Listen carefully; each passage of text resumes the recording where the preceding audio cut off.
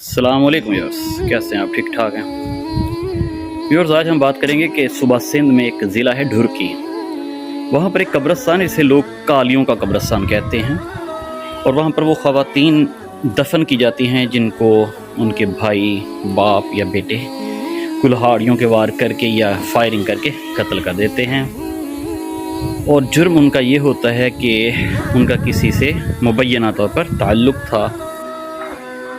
تو جو وہاں پر دفن کی جاتی ہیں خواتین، ان کو کفنایا نہیں جاتا، ان کو غسل نہیں دیا جاتا، وہ ایک ناپاک وجود کے طور پہ مٹی کے سپرد کر دی جاتی ہیں، اور ان کے جو عزیز رشتہ دار رہے ہوں گے ان کو اس بات کی قطعی اجازت نہیں ہے کہ وہ ان قبور پر جا کر کو فاتحہ پڑھیں، کوئی پھول چڑھائیں۔ یہ جب میں پڑھ رہا تھا ویورز تو وہ بتا رہے تھے ذرائع کہ انہوں نے بہت کوشش کی کہ کہیں سندھ کے کسی ضلع میں کوئی کالوں کا قبرستان بھی مل سکے جہاں پر ان مردوں کو دفن کیا جاتا ہو جو کھلے سانڈ کی طرح پھرتے ہیں اور لوگوں کی عورتوں کی عزتیں خراب کرتے ہیں، اور پھر پنچایت میں بیٹھ کر لوگوں کی خواتین کو کالی قرار دیتی ہیں۔ ویورز، اس بات کے سننے کے بعد میرے ذہن میں ایک واقعہ آ گیا، وہ بتانا مقصود تھا کہ حضرت عمر فاروق رضی اللہ عنہ کے پاس ایک آدمی حاضر ہوتا ہے اور کہتا ہے کہ امیر المومنین تنہائی میں کچھ بات کرنی ہے، کہ اس میں کچھ کسی کا پردہ مطلوب ہے، کچھ راز کی بات ہے۔ تو حضرت عمر فاروق بندوبست کر دیتے ہیں تخلیے کا۔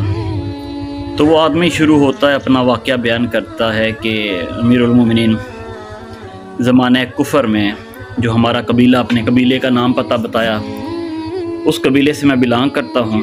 اس قبیلے کا یہ رواج تھا کہ جس کسی کے گھر میں بیٹی پیدا ہوتی تھی تو وہ اس کو زندہ درگور کرتا تھا، یہ ہمارے قبیلے کی شان تھی، پہچان تھی۔ اللہ تعالیٰ نے مجھے ایک بیٹی عنایت کی، میرے گھر میں بیٹی پیدا ہوئی، میں نے اصول کے مطابق، رواج کے مطابق اس کو لے کے گیا ریگستان میں، ایک گھڑا کھودا، اس کو گھڑے میں رکھا اور مٹی ڈالنے لگا۔ تو ایسے ہی اللہ تعالیٰ نے پتہ نہیں کیا میرے دل میں ڈالا، میں اس کو واپس نکال لیا، وہ ہمارے درمیان میں رہنے لگ گئی۔ ہم نے لوگوں کی باتیں سن لی لیکن اس کو قتل نہ کیا۔ نبی صلی اللہ علیہ وسلم کو اللہ تعالیٰ نے مبعوث فرمایا، ہم داخل اسلام ہوئے، وہ بھی داخل اسلام ہو گئی۔ پھر ویورز، وہ کہتا ہے بابا کہ امیر المومنین پھر اس سے کچھ ایسا گناہ سرزد ہوا جس کی شریعت میں بڑی سخت سزا تھی۔ وہ بڑی پشیمان تھی، بڑا پچھتاتی تھی، اور ایک دن اس نے کیا کیا، اس نے تیز دھار خنجر سے اپنے گلے کو کاٹ لیا۔ ہم وقت پر پہنچ گئے، ہم نے اس کا علاج کرایا اور کسی طریقے سے وہ بچ گئی، اور یہ اس کی زندگی کا ٹرننگ پوائنٹ تھا۔ اس کے بعد وہ ہر وقت شریعت میں، پردے میں، نماز روزے میں، معافی تلافی میں، بالکل اس کی زندگی بدل گئی۔ اب امیر المومنین ایک قبیلے کے ایک شخص نے اس کے لیے پیغام بھیجا ہے نکاح کا۔ میں آپ سے یہ فتویٰ لینے آیا ہوں، کیا میں ان لوگوں کو اس کے بچی کے ماضی کے بارے میں بتاؤں یا چھپاؤں؟ حضرت عمر فاروق رضی اللہ عنہ فرماتے ہیں کہ اس کا عیب یا اس کی کمی اللہ نے تو چھپا کے رکھ چھوڑی، تو اس کو افشا کرے گا۔ جسے اللہ نے پردے میں رکھا تو اسے بے پردہ کرے گا، اور اگر تو ایسا کرے گا تو میں تجھے ایسی سزا دوں گا کہ لوگ تیرے اس انجام سے عبرت حاصل کریں گے۔ تو ویورز، ایک طرف کالیوں کا قبرستان کا قصہ میں نے پاکستان سے سنایا، اور دوسرا اسلام کی تاریخ سے سنایا۔ ویورز، کچھ راز ایسے ہوتے ہیں، کچھ گناہ ایسے ہوتے ہیں، کچھ کمیاں ہر انسان میں ایسی ہوتی ہیں جو اس کی اور خدا کے درمیان پرسنل ہوتی ہیں۔ عیب رکھنے والے بنے، راز رکھنے والے بنے، افشا کرنے والے نہ بنے۔ کسی کا راز افشا کرنا بھی اتنا ہی خطرناک ہے جتنا آپ اپنا راز افشا کرتے ہیں۔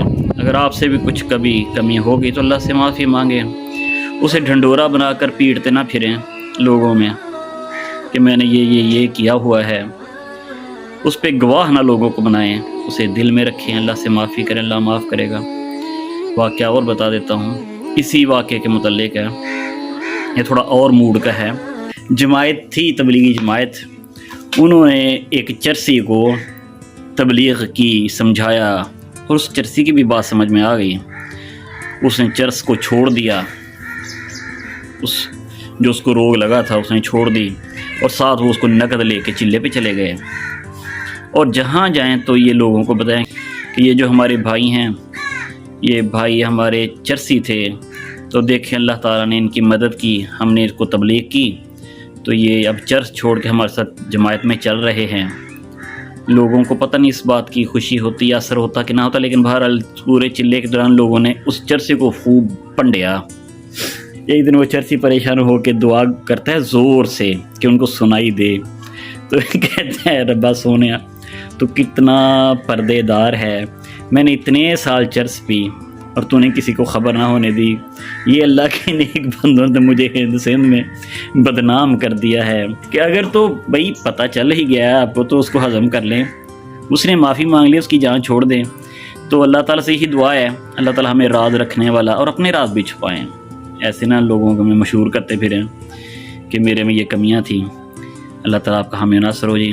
اللہ حافظ۔